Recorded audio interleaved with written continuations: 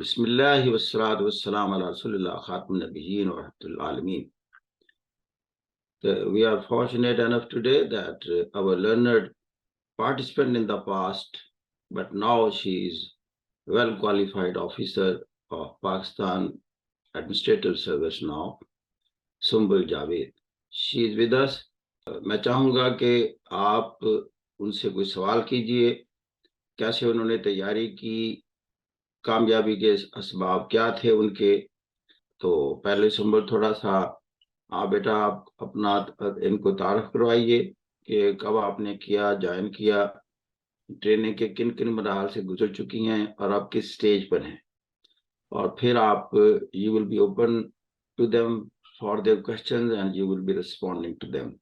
तो जी सुंबल, सबसे पहले तारफ करा दिए, फिर ये आपको सवाल करेंगे हमारे स्टूडेंट. ओके जी, गो अहेड प्लीज. अस्सलाम वालेकुम. Thank you so much sir for having me. सबसे पहले मैं अपना इंट्रोडक्शन करवा दूं तो मेरा नाम सुंबल जावेद है and I am from Sindh Tando Adam district Sanghar. मैंने 2021 का सीएसएस क्वालिफाई किया था और उसकी तैयारी के लिए मुझे जो कंप्लीट टाइम लगा था वो तकरीबन 1 ईयर था. लेकिन ये कोई एक ऐसा मतलब फिक्स टाइम नहीं है, ये बड़ा सब्जेक्टिव सा एक टाइम है जो हर किसी का वेरी करता है.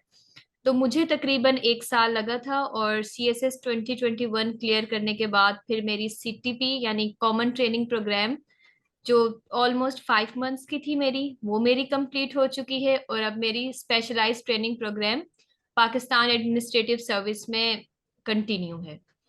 और जब मैंने तैयारी की थी तो क्योंकि मैं बिजनेस ग्रेजुएट हूँ तो मेरे सारे सब्जेक्ट्स तकरीबन जो मेरे ऑप्शनल थे वो मेरे अपनी फील्ड से रिलेटेड थे. इसके अलावा कुछ ऐसे सब्जेक्ट्स थे जो मैंने जनरल चॉइस किए थे क्योंकि वो आपको जो आपका पूरा मार्जिन होता है 1200 मार्क्स का वो आपको कंप्लीट करना पड़ता है. इस तैयारी के दौरान मैंने सर मुश्ताक अहमद महिंद्रो का session I think October and November का सेशन मैंने ज्वाइन किया था एंड दिसंबर का. और उससे मुझे बहुत ज्यादा मेरी सबसे एक बात मैं कहना चाहूंगी सीएसएस के लिए कि सीएसएस की तैयारी में ना आपकी एनालिटिकल एबिलिटी बहुत अच्छी होनी चाहिए. आपकी क्रिटिकल थिंकिंग डेवलप होनी चाहिए कि आप किसी भी कोई भी टॉपिक आए, फर्स्ट आप ऐसा तो कर ही नहीं सकते ना कि आप 2-3 टॉपिक तैयार कर लें और उसी में से क्वेश्चन आ जाएगा. आपकी क्रिटिकल एनालिसिस की एबिलिटी आप में होनी चाहिए. आप खुद से अपने एनालिसिस डेवलप करें और फिर आपके पास जितनी नॉलेज हो आपने उसको क्रिटिकली एग्जामिन करके एग्जामिनर के सामने रखना है. यही वो चीज होती है जो आपके क्वेश्चन को दूसरों से बहुत अलग बनाती है. तो sir that's all from my side और अगर कोई क्वेश्चन है तो मैं उसका आंसर कर दूंगी. जी प्लीज, अब आप क्वेश्चन कीजिए. मैम, सबसे पहले तो कंग्रेचुलेशन आपको. मैं ये पूछना ये चाह रहा था कि मैं जब भी कोई बुक पकड़ता हूँ ना, मैं उसको याद नहीं कर पाता. इवन कि मैं उसको देख के जब लिखने भी बैठ जाऊँ ना, तो बुक से सेम टू सेम मैं कॉपी नहीं कर सकता. जो भी मैं थॉट ओरिजिनेट मेरे माइंड से हो या बुक से मैं उसको कन्वर्ट करूँ, मैं हमेशा के लिए ही अपनी ही वर्डिंग यूज करता हूँ. और ये अपनी वर्डिंग यूज करने की वजह से मेरी विकैब थोड़ी सी कमजोर है. और जो सेंटेंस कंस्ट्रक्शन, चूंकि बुक्स में अक्सर ठीक ही होता है, नॉर्मल या कईयों में अच्छा भी होता है सेंटेंस कंस्ट्रक्शन, लेकिन मेरा सेंटेंस कंस्ट्रक्शन जो है वो आम जो नॉर्मल बुक्स हैं उनके लेवल से थोड़ा सा कम होता है. विकैब भी कम लो स्टैंडर्ड की होती है उसके कंपैरिजन में.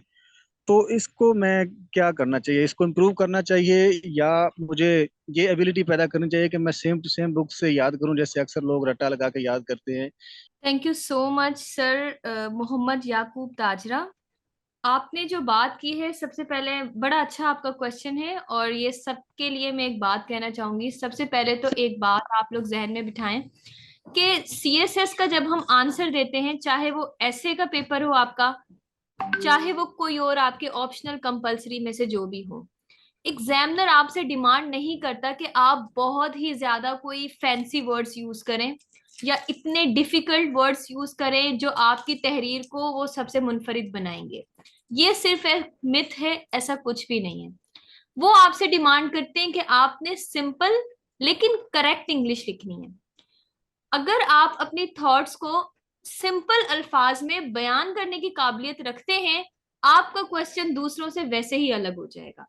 अगर आप इस पॉइंट पे रहेंगे कि आपने बहुत बुकिश लैंग्वेज यूज करनी है, बहुत ज्यादा फैंसी वर्ड्स यूज करने हैं, तो वो आपका क्वेश्चन अलग नहीं बनाएंगे बल्कि बहुत ज्यादा कॉम्प्लिकेटेड कर देंगे कि अगर आप अपनी थॉट्स को इजी वे में बयान ही नहीं कर पाएंगे। तो मेन पॉइंट आपने ये याद रखना है कि एग्जामिनर आपसे नहीं डिमांड कर रहा कि आपके फैंसी वर्ड्स हो। वो आप ठीक है, अगर आप अच्छी लैंग्वेज यूज करें दैट्स गुड, लेकिन अगर आप सिंपल लेकिन करेक्ट लैंग्वेज में अपने वर्ड्स को, अपनी थॉट्स को बयान करने की अहलियत रखते हैं, आप बयान कर सकते हैं, तो सिर्फ आपसे ये डिमांड की जाती है।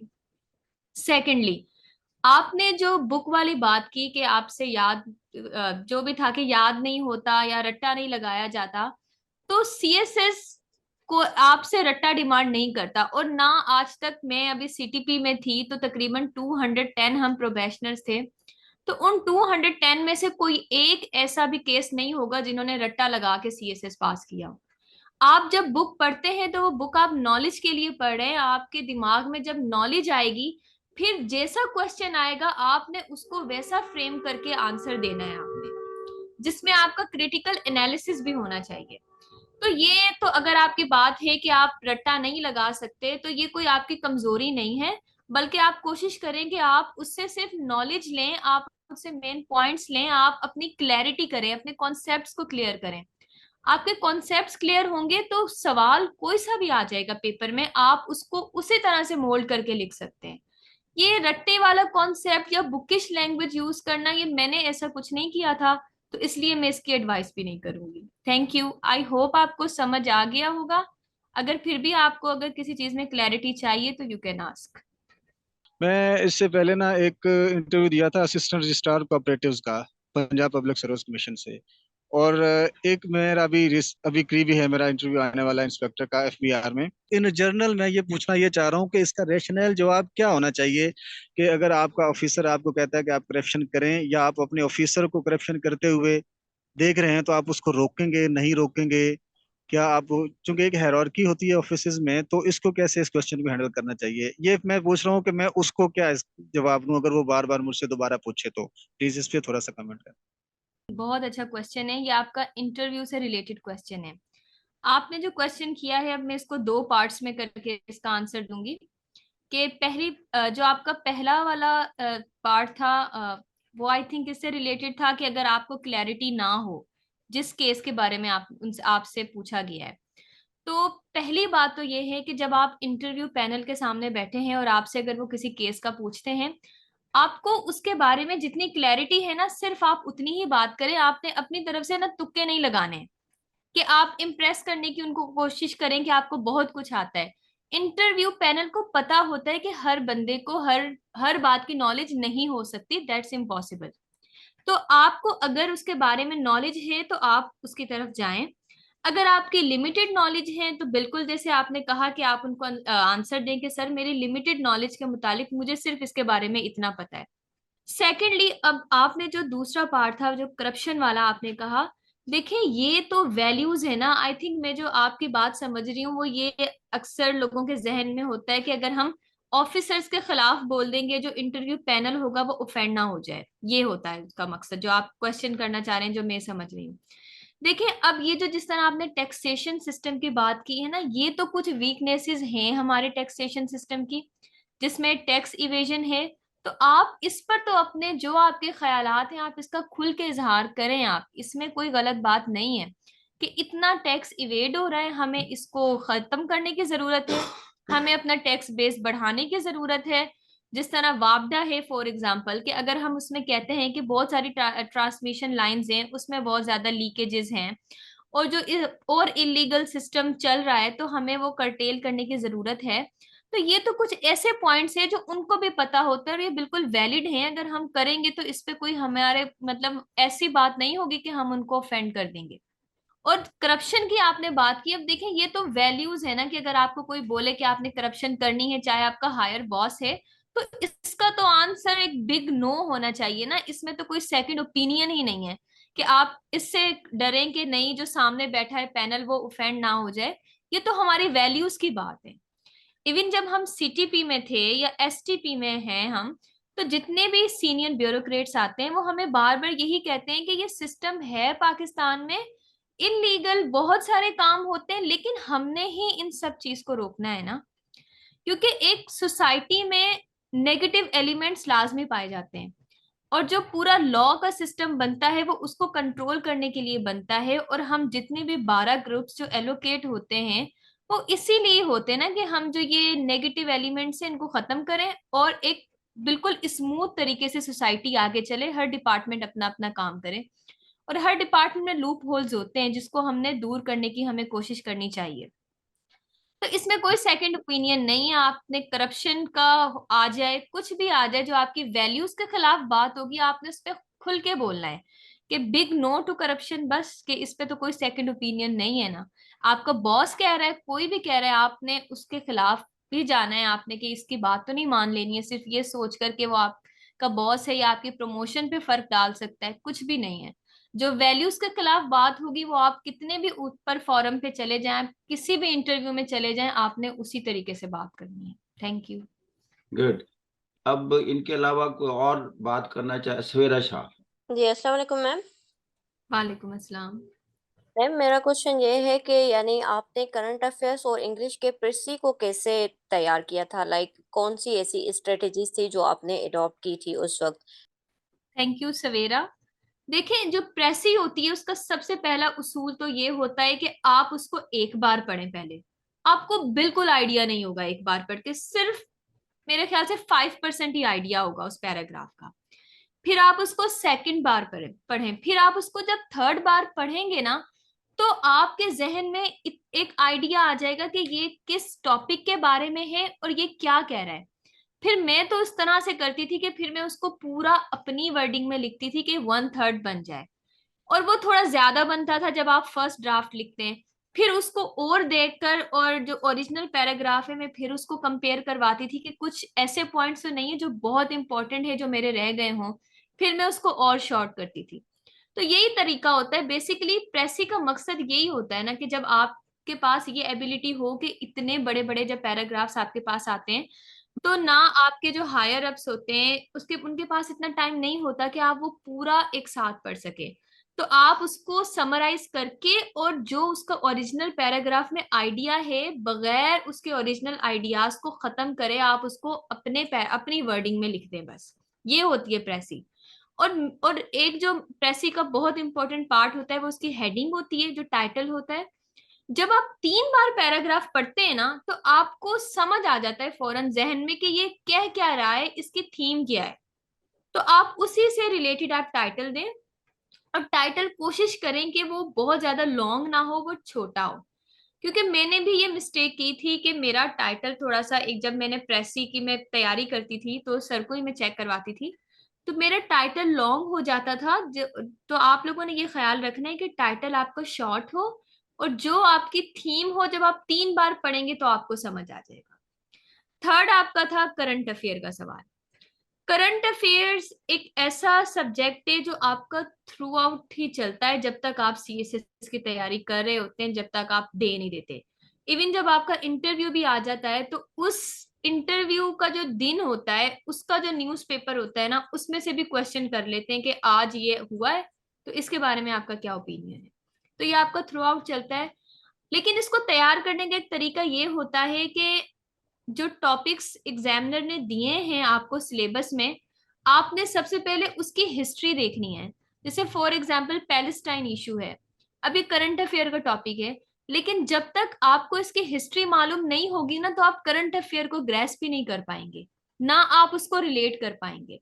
तो इस तरह से आपने जो भी इश्यूज आपके करंट अफेयर में हैं, जिस तरह कश्मीर इशू है, पैलेस्टाइन इशू है, आप उसको पहले हिस्ट्री से तैयार करके करंट में लेकर आए। फिर जो करंट सिनेरियो चल रहा है ना, फिर आप उसको उससे रिलेट करना है आपने। और जब आपने आंसर देना है, तो आपने रेफरेंस देना है। आप मैप्स का रेफरेंस आपने देना है, आप मैप बनाएं। आप एक अपनी फैक्ट बुक आप तैयार कर लें, जिसमें आप जो फिगर्स आती हैं, जो करंटली फिगर्स और फैक्ट्स एंड फिगर्स होती हैं, आप उसको लिखें। और फिर आप उसको थोड़ी थोड़े दिनों बाद आप रिवाइज करते रहें। फॉर एग्जाम्पल, जब आप न्यूज़पेपर पढ़ते हैं, तो डे टू डे बहुत सारी ऐसी खबरें आ रही होती हैं, फिर आपको पता चल जाता है सीएसएस की तैयारी कर कर कि कौन सी ऐसी इंपॉर्टेंट न्यूज है जो आपके करंट अफेयर से रिलेटेड है, जो कि पेपर एग्जामिनर इसको टच कर सकता है। तो फिर आपने अपनी एक फैक्ट बुक तैयार करनी है, आप उसमें फैक्ट्स एंड फिगर्स लिखते रहें जब भी आप न्यूज़पेपर पढ़ें, और इन दी एंड आप उसको, जब आपने हिस्ट्री पढ़ी होगी, करंट पढ़ा होगा उसका, तो आप खुद ही मर्ज करके आपका क्वेश्चन बन जाता है। अक्सर जो कैंडिडेट्स करते हैं ना कि वो ले रहे होते हैं, आई थिंक नोट्स ले रहे होते हैं करंट अफेयर के, उसको बैठ के रट्टा लगा रहे होते हैं, याद कर रहे होते हैं। तो इस तरह से तो याद करने से तो कोई भी पेपर हल नहीं होता। ये तो आपकी एबिलिटी का टेस्ट है ना, क्रैमिंग का टेस्ट तो नहीं है ये। आपने खुद से सवाल का आंसर बना के अपने थॉट्स को आपने प्रेजेंट करना है। अब आप, हो सकता है आप जो एग्जामिनर ने बात की आप उसके ऑपोजिट भी जा सकते हैं, आप उसके फेवर में भी जा सकते हैं। आपका क्वेश्चन सही है एज लॉन्ग एज आपके जो आर्ग्यूमेंट्स है ना वो बहुत ज्यादा सॉलिड हो। और सॉलिड आपके आर्ग्यूमेंट्स तब बनते हैं जब आप उसके साथ किसी चीज का रेफरेंस अटैच करते हैं, आप उसमें सॉलिड आर्ग्यूमेंट्स पेश करते हैं, आप कोई एविडेंस बेस्ड बात करते हैं। अगर ऐसे ही बस बात करते जाएंगे कि ये होना चाहिए ये होना चाहिए, अगर आप कुछ इस तरह का एविडेंस पेश करें, कोई ऐसा केस स्टडी पेश करें, तो उससे फिर आपके आर्ग्यूमेंट्स में जान आती है और फिर आपका मुनफरिद लगता है दूसरों से। अस्सलाम वालेकुम मैम। वालेकुम अस्सलाम। बहुत बहुत मुबारक हो आपको, माशाल्लाह से अल्लाह आपको और कामयाबी दे। तो मुझे आपसे ये पूछना था कि ऐसे आपने जो अटेम्प्ट किया था, मैं कौन सा ऐसे अटेम्प्ट किया था और कैसे टैकल किया था। दूसरी बात ये पूछनी थी कि मुझे पिरसी राइटिंग के हवाले से, कि पिरसी राइटिंग में टाइटल जो हम देते हैं एक दे सकते हैं या सेकंड टाइटल भी दे सकते हैं। थर्ड मुझे ये पूछनी थी बात के, जो ताजरा साहब ने ये बात कही थी, तो मैंने उसके कुछ बुलेट्स बनाए, जैसे सर भी नोट्स भेजते रहते हैं ग्रुप में, तो मतलब के मेन बुलेट्स बनाए, जैसे 100 पेजेस हैं उसको मैंने 10 पेजेस 12 पेजेस पे कवर कर लिया है। तो ये तरीका बेहतर रहेगा या नहीं। और लास्ट मेरी बात ये है कि जीएसए का जो आपने पेपर है वो कैसे आपने मतलब हल किया था और एबिलिटी कैसे आपने की थी, इसके हवाले से थोड़ा बता दे तो बड़ी मेहरबानी। आपके जो क्वेश्चन थे मैं वन बाय वन उसका आंसर करूंगी। फर्स्ट ऑफ ऑल ऐसे का आपका क्वेश्चन था, तो ऐसे मैंने अटेम्प्ट किया था ग्लोबलाइजेशन, इसके एडवांटेजेस और डिसएडवांटेजेस। किया मैंने कैसे था, क्योंकि लकीली ऐसा हुआ था कि सर मुश्ताक अहमद महिंद्रो ने ग्लोबलाइजेशन पर हमें लेक्चर दिया हुआ था और हमारे पास नोट्स भी थे। अब इसी आंसर के जवाब में आपका सेकंड सवाल का जवाब आ जाएगा जो आपने बुलेट पॉइंट वाला किया। तो मेरी हमेशा से एक आदत रही है ये, जब मैं तैयारी करती थी, कि सर के जो नोट्स थे मैंने उनको बहुत ज्यादा पढ़ा है, बहुत ज्यादा डिटेल से बहुत ज्यादा पढ़ा है। और मैं पढ़ती ऐसे थी कि फॉर एग्जाम्पल अगर 2 या 3 पेज का, अगर एक जैसे फॉर एग्जाम्पल ग्लोबलाइजेशन के बारे में सर का 2 या 3 पेज का जो पूरे सर का पीडीएफ होता था मेरे पास, मैं भी आपकी तरह उसके बुलेट पॉइंट्स बनाती थी, और बनाती ऐसे थी थोड़ा सा प्रेसी की फॉर्म में, ताकि मेरी थोड़ी प्रेसी की तैयारी भी हो जाए। जब मैं यानी कि सर के एक बड़े पैराग्राफ को, फॉर एग्जांपल सर ने अगर ग्लोबलाइजेशन के एडवांटेजेस की बात की है, तो मैं एक पैराग्राफ को बिल्कुल 1 लाइन या 1.5 लाइन में समराइज करके लिखती थी और वो मेरा बुलेट पॉइंट बन जाता था। और लिखती मैं इस तरह थी, और मैंने उसको इतना ज्यादा पढ़ा हुआ था कि जब मैं वो पॉइंट सिर्फ देखती थी ना अपने दूसरे रजिस्टर पर, तो मुझे पूरी बात याद आती थी कि सर ने इस वाले बुलेट पॉइंट जो मैंने लिखा है इस पर ये वाला रेफरेंस दिया था और इसमें ये बात हुई थी। तो इस तरह से जो आपकी बुलेट पॉइंट वाली स्ट्रेटेजी है ना वो बहुत अच्छी होती है मेरे हिसाब से, क्योंकि मैंने भी इसी तरह से तैयारी की थी, मैंने बुलेट नोट्स बनाए थे। और जब मैं एग्जाम में रिवाइज भी करती थी, तो क्योंकि इतना ज्यादा टाइम नहीं होता कि आप पूरा रिवाइज करें, तो मैं सिर्फ वो बुलेट नोट जो मेरे बुलेट पॉइंट्स होते थे मैं उसको देखकर जाती थी। तो इस तरह से मैंने किया था, और मैंने ग्लोबलाइजेशन अटेम्प्ट किया था और उसके अंदर मैंने ढेर सारे रेफरेंसेस दिए थे। मतलब मैंने रियल टाइम की एग्जांपल दी थी कि किस तरह से जो वर्ल्ड ट्रेड ऑर्गेनाइजेशन है वो इमर्ज हुई, वो कामयाब कैसे हो रही है ग्लोबलाइजेशन के थ्रू, किस तरह कंट्री टू कंट्री में ये फासले कम हो रहे हैं, मैंने एग्जाम्पल्स दी थी। फिर इसके जो मैंने डिसएडवांटेजेस की बात की तो उसमें कोविड का मेरे जहन में था, तो मैंने कोविड की एग्जांपल दी। फिर मैंने इसके फैक्ट्स एंड फिगर्स दिए कि किस तरह से कितने लोग किस मुल्क में, जहां पर प्राइवेटाइजेशन है जहां पर नहीं है, इस तरह से सारा मैंने करके थोड़ा सा अपने आर्ग्यूमेंट्स को मैंने सॉलिड बनाया था with references, with facts and figure and with real time example मैंने दी थी। तो जीएसए के पेपर में मैं आपको बोलूंगी ये पेपर तैयार करना बहुत ही इजी होता है कंपैरेटिवली। अपना मैं बताऊं तो मैं बिजनेस ग्रेजुएट हूं, तो मैथ्स मेरा बहुत ज्यादा अच्छा था पहले से ही, तो मुझे इतना मैथ्स में परेशानी नहीं हुई थी करने में। और अगर जिनका नहीं है तो आप प्रैक्टिस करें तो बिल्कुल बेसिक मैथ होता है, तो वो आपको आ जाता है। रेशियो, प्रोपोर्शन, ज्योमेट्री, यही चीज होती है, वो आपको प्रैक्टिस से आ जाती है। और जो ऊपर साइंस पोर्शन है वो तो बहुत इजी होता है। आप साइंस है, आप उसकी अंडरस्टैंडिंग लें, आप मींस के वो वाले टॉपिक होते हैं जो आपको सेकेंड ईयर ओ लेवल्स या ए लेवल के लेवल पर भी आपको बहुत अच्छे तरीके से आपकी क्लैरिटी हो जाती है। तो ये आपका पेपर इजी होता है, लेकिन होता थोड़ा लेंदी है इसकी तैयारी, क्योंकि इसमें फिजिक्स का पोर्शन, केमिस्ट्री का पोर्शन, तो आप इसको तैयार करेंगे, सिर्फ आप कॉन्सेप्चुअल क्लैरिटी लें और अपने वही एज इट इज भी लिखेंगे तो इसमें आपके नंबर आते हैं, क्योंकि इसमें आपको कोई अपना एनालिसिस तो नहीं देना पड़ता ना, आपको एज इट इज लिखना पड़ता है। किसी भी फॉर एग्जांपल सन के बारे में है तो आपकी जो भी नॉलेज है आपने उसमें लिखना है। बस ये है कि आप अगर फिगर वगैरह आप ड्रॉ कर दें तो उससे एग्जामिनर को समझने में आसानी होगी, और जितना आप एग्जामिनर को ईज प्रोवाइड करेंगे तो वो आपके लिए अच्छा होगा, आपके पेपर के लिए अच्छा होगा, मार्क्स अच्छे आते हैं। असद अली, देखें जो आप बात करें ना कि टाइटल 2 दे सकते हैं या एक से ज्यादा दे सकते हैं, लेकिन जितना मैंने पढ़ा है और मैंने तैयारी की है तो मैंने तो एक ही दिया है, और मेरा ख्याल है एक ही बेहतर होता है। आपको जो उसकी थीम समझ आ रही है, आप टाइटल का तो मकसद यही है ना, आप टाइटल दें कि इसकी थीम क्या है। एक ही देना चाहिए, एग्जाम में एक ही देना चाहिए। तुल्ला बलोच सवाल करेंगे, फिर हबीबा करेंगे। जी जी, बस एक एक सवाल तक महदूद रखिए, बाकी भी ताकि लोगों को चांस मिले। जी जी, प्लीज गो अहेड अब्दुल्ला। जी अस्सलाम वालेकुम मैम। वालेकुम अस्सलाम। जी मेरे 3 क्वेश्चंस हैं, तो मैं वन बाय वन तमाम क्वेश्चंस आपसे पूछ लेता हूँ। सबसे पहला क्वेश्चन, जो आपने analytical thinking and critical analysis की बात की, तो ब्रीफली काइंडली आप इसको बयान करें कि इससे क्या मुराद है। और secondly, how to develop the ability of analytical thinking and critical analysis. Second question ये है कि जो कंप्रीहेंशन के हवाले से जो क्वेश्चन आता है, तो इसको कैसे अटेम्प्ट करना है, इसके हवाले से प्लीज़ आपके कुछ सजेशन चाहिए थे। एंड मेरा थर्ड क्वेश्चन ये है कि जनरल एबिलिटी के हवाले से भी क्वेश्चन आता है, वर्ड प्रॉब्लम। तो अगर ये इसको तैयार करना थोड़ा मुश्किल हो तो क्या हम इसको स्किप कर सकते हैं? क्या इससे मार्क्स पे या एग्जामिनेशन के पॉइंट ऑफ व्यू से कोई फर्क पड़ सकता है या नहीं पड़ सकता? Thank you please. Thank you so much Abdullah. आपका जो क्वेश्चन है, फर्स्ट ऑफ ऑल जो आपने बात की क्रिटिकल थिंकिंग के बारे में, ये सर मुश्ताक भी जानते होंगे कि ये ऐसा क्वेश्चन है कि ये तो हर सेशन में एंड तक रहता है, ये कि क्रिटिकल एनालिसिस आखिर होता क्या है ये।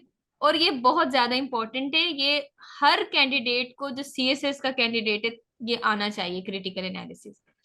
क्रिटिकल एनालिसिस बिल्डअप हो जाता है आपका टाइम के साथ। अगर आपको फॉर एग्जांपल आप अगर सर मुश्ताक अहमद महिंद्रो के अगर आप लेक्चर्स ले रहे हैं तो सर बड़ा आपको ना इनफॉर्मल वे में भी जो बातें करते हैं सर बिफोर द क्लास और ड्यूरिंग द क्लास भी इतने अच्छे तरीके से आपको बताते हैं कि आपका क्रिटिकल एनालिसिस बिल्डअप हो जाता है।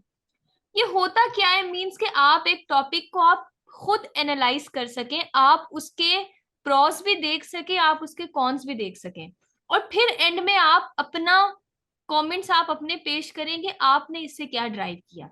और ये क्रिटिकल थिंकिंग जो है ये आपकी एक दिन में तो डेवलप नहीं हो जाती, पहले आप ये जहन में रख लें। ये एक प्रोसेस होता है, तकरीबन आप ये जब लेक्चर सर के सुनते रहेंगे ना तो आपको खुद अपने अंदर ये चेंजिंग नजर आएगी। और यहाँ मैं सबसे एक बात शेयर करना चाहूंगी जो बहुत इंपॉर्टेंट है।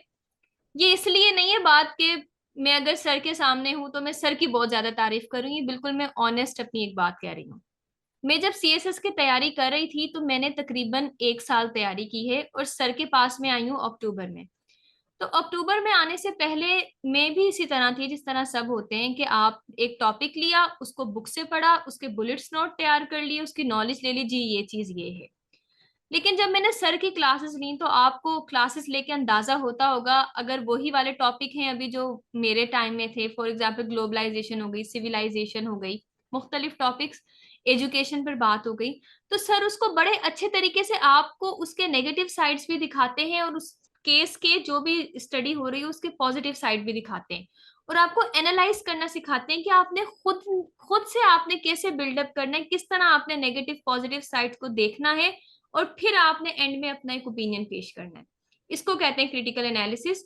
ये जब आप करते रहेंगे, आप पढ़ते रहेंगे, आप लेक्चर सुनेंगे, बड़े अच्छे जो जिन लोगों का खुद का एनालिसिस करने का वे अच्छा होता है, उनको आता है, अगर आप उन लोगों को सुनेंगे तो आपका खुद का भी एनालिसिस बिल्डअप हो जाएगा। तो कॉम्प्रिहेंशन की आप बात करें, वो तो देखें एक पैराग्राफ आता है और उसी में से क्वेश्चन होते हैं। अगर आपको ये एबिलिटी है ना आपके पास कि आप 1 2 3 बार पढ़ के आप उस पैराग्राफ का आइडिया समझ गए, तो जो क्वेश्चन दिए होते हैं ना वो बिल्कुल उसी में से ही होते हैं। आपने उसी में से उसका आंसर देना होता है। वो बहुत बड़ी बात नहीं होती, एज लॉन्ग एज आपको ये पता है कि उस पैराग्राफ का मतलब क्या है, बस ये पता चल गया ना। तो अब जो उसके नीचे क्वेश्चन होते हैं वो बड़े इजी से होते हैं और 2 2 3 3 लाइंस के देने होते हैं, या मैक्सिमम 4 5 लाइनों के, तो आप आसानी से दे देते हैं। और ये इसका मतलब ये बिल्कुल नहीं होता कि आप एज इट इज वही वाली वर्डिंग उसकी छापे, आप अपनी वर्डिंग में उसको बयान करके उसका आंसर देते हैं। Assalamu alaikum, Sumbul Javed. Congratulations to you, first of all, and to your entire family or your mentors, especially Sir Mushtaq, Mahindra साहब। मेरा आपसे सवाल ये है कि क्रिटिकल एनालिसिस आप बात कर रहे हैं, हमने करंट अफेयर्स और जो भी टॉपिक्स हैं, I really want to know how would you critically analyze yourself? What do you see? You might have evaluated some of the students as well. What makes you stand out from others? आपको क्या लगता है कि जिसकी वजह से today you are here and many of the students are still struggling and maybe they won't be able to achieve their destination. So what are the do's and don'ts? क्या वो myths हैं? और second बस मेरा आपसे सवाल ये, because since I'm running short of time, I'm going to appear in the CSS special. तो what was your eating habits? क्या एक डिसिप्लिन रखना ईटिंग हैबिट्स भी जो है वो एग्जाम्स के दौरान मायने रखता है? Thank you very much. Thank you so much Habiba, thank you so much. आपने जो क्रिटिकल एनालिसिस की बात की है और इवैल्यूएशन की बात की, तो जब क्वेश्चन सामने होता है और उसका आंसर होता है, तो जब आपके आर्ग्यूमेंट्स देखे जाते हैं तो आपको अंदाजा हो जाता है कि जिस कैंडिडेट ने जो अटेम्प्ट किया है उसकी कितनी नॉलेज है और वो किस हद तक एनालाइज करने के काबिल है। वो आपको देखकर ही अंदाजा होता है कि उसने किस तरह के आर्ग्यूमेंट्स यूज किए, बहुत ज्यादा वेग हैं या फिर उस कुछ सॉलिड आर्ग्यूमेंट्स हैं उसके। मीन्स उसने रेफरेंसेस दिए हैं, कोई फैक्ट्स बताए हैं, कोई ऐसा केस स्टडी कोट की है। यही चीजें होती हैं जो आपके सवाल को दूसरों से अलग बनाती हैं। या सिर्फ बहुत वेग लिखा हुआ है। फॉर एग्जाम्पल कि अगर आपकी हेल्थ अच्छी होगी तो आपकी एजुकेशन अच्छी होगी।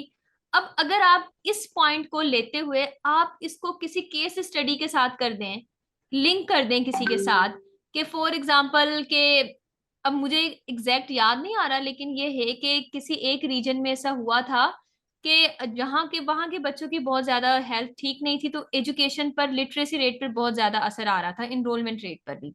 जैसे ही वहां पर इंक्रीज करते हैं, वहां पे इस ये एजुकेशन डिपार्टमेंट वालों ने ये स्कीम स्टार्ट की कि उन्होंने फ्री फंड्स देना स्टार्ट किए, जिसकी वजह से वहां पर एक खाने का सिस्टम किया, तो उस स्कूल के, उस रीजन के स्कूल का एनरोलमेंट रेट फौरन से बढ़ गया। तो इस तरह की जो चीजें होती है ना, ये आपके सवाल को वैसे ही अलग बना देती हैं। तो जब आप देखते हैं और इस तरह के एग्जाम्पल कि जो रियल टाइम्स की ली हुई होती हैं, पाकिस्तान की होती हैं, या इंटरनेशनल कोई भी ऐसी एग्जाम्पल हो, तो वो आपके सवाल को अलग बना देती हैं। सेकंड, आपका क्वेश्चन बहुत इंपॉर्टेंट है और बहुत अच्छा क्वेश्चन है। जो आपने ईटिंग हैबिट्स की बात की, उसको मैं लिंक करूंगी यहाँ पे स्केड्यूल के साथ। एक मेरी पर्सनैलिटी की शुरू से ट्रेट रही है कि मैं हमेशा अपना काम बहुत ज्यादा स्केड्यूल के साथ करती हूँ। मैं टाइम टेबल अपना बहुत अच्छा बनाती हूँ और अपने आप को उस पर स्टिक रखती हूँ। मैं कभी भी उसे डेविएट नहीं होती। ये मेरी अभी भी आदत है। ये एसटीपी में भी जब हमारे टेस्ट होते हैं, हमारे लेक्चर्स होते हैं, तो मेरा यही होता है कि मैंने टाइम टेबल बनाना है, पेपर्स होने वाले हैं, और उस टाइम टेबल में मैंने इस सब्जेक्ट को इतने घंटे देने हैं, ये कम इम्पोर्टेंट है, इजी है, तो इसको मैंने इतने मिनट्स देने हैं। एक दिन में मैंने मंडे को ये वाले सब्जेक्ट करने हैं, ट्यूसडे को ये करने हैं। तो ये तो मेरी एक शुरू से हैबिट है कि मैं हमेशा अपना काम टाइम टेबल के साथ करती हूँ। और ईटिंग हैबिट्स तो बहुत ज्यादा अच्छी होनी चाहिए आपकी, क्योंकि आप जब ही आप अच्छा पढ़ने के काबिल होते हैं जब आपकी हेल्थ अच्छी हो। अगर आपकी हेल्थ अच्छी नहीं है तो आप परफॉर्म नहीं कर पाते, अनफॉर्चुनेटली। तो आप सबने अपनी ईटिंग हैबिट्स को बहुत ज्यादा अच्छा रखना है, हेल्दी खाइए और अपनी नींद को भी इतना ज्यादा कॉम्प्रोमाइज ना करें, क्योंकि जब आपकी नींद बहुत ज्यादा कॉम्प्रोमाइज हो जाती है तो आपसे फिर बहुत ज्यादा पढ़ा नहीं जाता। सर थोड़ा सा संबल बता दें इनको, नाश्ते में क्या लेती हैं जनरली, एग्जामिनेशन के दिनों में डिनर आपका क्या होता था? इनकी दिलचस्पी ज्यादा है, हमें भी कुछ थोड़ा सा पता चल जाएगा, हम भी ख्याल रखेंगे सेहत का। लंच में आपकी प्रेफर्ड जो है डिशेज क्या होती हैं? चलो थोड़ा इन्फॉर्मल भी हो जाएगा। जी जी। हाँ, थैंक यू सर। वैसे हाँ तो उस टाइम जब मैं तैयारी करती तो हाँ, सबके पेरेंट्स की तरह मुझे भी बहुत डांट पड़ती थी नाश्ता कम करने पर या ना करने पर, लेकिन वो अच्छा। डांट कर करवाते थे। तो कुछ खास तो ऐसा नहीं होता था, तो ज्यादातर यही था कि डाइट में आपके फ्रूट्स का इंटेक अच्छा हो जाए ताकि आपकी बैलेंस रहे डाइट। और मैं खुद पर्सनली अभी तक मैं इतना ज्यादा जंक फूड नहीं खाती हूँ, कि गुड। मुझे ऐसे लगता है कि वो ठीक नहीं है जरा सेहत के लिए, तो मैं जरा इस चीज का बड़ा ख्याल रखती हूँ। तो यही होता था रूटीन, कि खाना टाइम से खाऊं ताकि पढ़ने बैठ जाऊं। उसमें ये ख्याल होता था कि मगरिब के टाइम मैंने रात का डिनर कर लेना है, ताकि उसके बाद फिर मैंने पढ़ने बैठना है। ये मेरी अभी भी यही रूटीन है। और सीएसए में आके तो सर आपको पता है ये और भी रूटीन पक्की हो जाती है कि आपने 6 बजे खाना खा लेना है। वेरी तो गुड, ये इसी तरह की रूटीन थी मेरी। Very good. ठीक है, अब हो गए काफी माशाल्लाह। तो मैं इसको वाइंड अप थोड़ा सा करता हूँ, इस लिहाज से मैं उनके सवालों को रिपीट नहीं करूंगा, जवाब को भी नहीं रिपीट करूंगा। मैं सिर्फ इनकी पर्सनैलिटी को एनालाइज कर रहा था, सुंबल जावेद की, कि अल्लाह ने इनको जो कामयाबी दी है, इनकी पर्सनैलिटी में क्या खूबियां मैं ऑब्जर्व कर रहा था। समझे कि मैं इंटरव्यू कमेटी में बैठा हुआ हूँ। तो आप भी मुझसे इत्तेफाक करेंगे, आपने सारा इनके जवाब सुन लिए हैं। तो एक तो देखें कि ये टोटली अनएम्बिगुअस हैं अपने जवाबों में, और क्लैरिटी है। किस क्लैरिटी के साथ इन्होंने जवाब दिया और किस कॉन्फिडेंस के साथ, ऐसे जचे तुले अल्फाज का इस्तेमाल इन्होंने किया। एक बात, क्लैरिटी और अनएम्बिगुइटी, कोई एम्बिगुइटी नहीं थी उनमें। दूसरी बात, तसल्ली से सबको सुना, आपका पूरा सवाल इसने सुना, कभी दरमियान में इंटरफियर नहीं किया। और ऑलमोस्ट एवरीबॉडी, हर एक का यूं था कि जैसे इन्होंने सवाल के जितने भी 3-3 सवाल भी किए गए एक वक्त में, सारे सवालों का मुकम्मल तसल्ली बख्श जवाब दिया। फिर आपने देखा कि हर शख्स को नाम के साथ इसने पुकारा है, यानी ये सेल्फ रिस्पेक्ट भी इन्होंने आपकी कायम रखी है। अब मैं उनके पर्सनैलिटी ट्रेट्स बता रहा हूँ। फिर ये है कि उन्होंने जनरली अप्रिशिएट किया आपके सवालों को, कि आपका बहुत अच्छा सवाल है। अब देखें, यानी आपको इनके साथ इंटरेक्ट करते हुए एक खुशी महसूस हुई, और आप में एक तसल्ली हुई कि मुझे इतनी इज्जत दी। अब she is a qualified person, वो हमारी ब्यूरोक्रेसी का एक इम्पॉर्टेंट सेगमेंट बन चुकी हैं, लेकिन आपको कितनी तवज्जो से सुन रही हैं और कितनी इज्जत के साथ आपसे ट्रीट कर रही हैं। आपकी सेल्फ रिस्पेक्ट को किसी तरह भी इंजन नहीं होने दे रही। देखें, ये चीजें हैं। और जितने भी जवाब दिए हैं, मैं सबसे इत्तेफाक करता हूं, they are the excellent answers to the questions. यकीन करें, जो बातें इन्होंने की हैं, हमारे सुनने वाले अगर उन पर अमल करें तो this is the only way to get through the CS examination. अगर ये एक मिडिल क्लास से ताल्लुक रखते हुए और just by virtue of the hard labour and in the right direction करके कामयाब हो सकती हैं, तो आप भी हो सकते हैं। तो thank you very much Sumbal Javed, आपने टाइम निकाला, हमारी क्लास में खुशी से आई, बगैर इनविटेशन के आई। ये आपकी जो मोहब्बत थी और जो इज्जत आपने हमें दी है, हम आपके मशकूर रहेंगे। और जब कभी भी मौका मिले तो this is your second home, I mean the academic home. तो वो हमारी हमेशा इज्जत अफजाई होगी जब तक हमारी जिंदगी है। अल्लाह ताला आपको कामयाबियों से हमकिनार करे, आपको किसी परेशानी, किसी मुश्किल से भी दो चार ना करे। ये हमारी दिली दुआ है।